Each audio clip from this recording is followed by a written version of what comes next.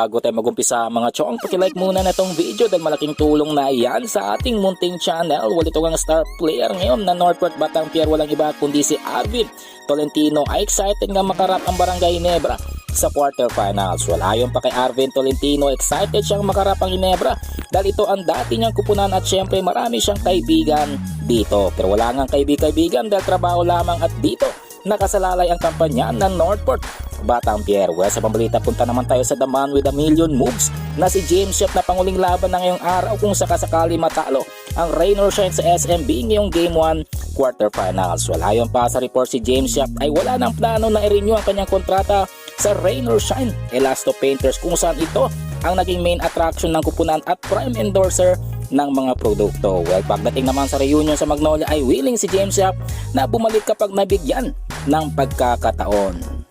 Ang huli sa timbalita mga chong patungkol naman kay Tyler Bay na isa ngayon sa paboritong manalo ng Best Import kasama si Jonathan Williams ng Phoenix Fuel Masters. Well, ayon pa sa report, si Tyler Bay ay kasalukuyan nasa 6th spot na may 51.9 statistical points, samantala si Williams ay nasa 4th spot na may 53.6 statistical points. Ang nasa top 4 naman sa karera ay sina Jefferson, Boatwright at Miller na hindi naman eligible na manalo ng award dahil hindi pa nakakapaglaro ng 70% ng games ng kani-kanilang kupunan. Well mga chong, nandito na lang ang ating balitang PBA at syempre huwag kalimutan mag-subscribe at i-like itong video bilang pagsuporta. So this is Channel B once again, I'm out.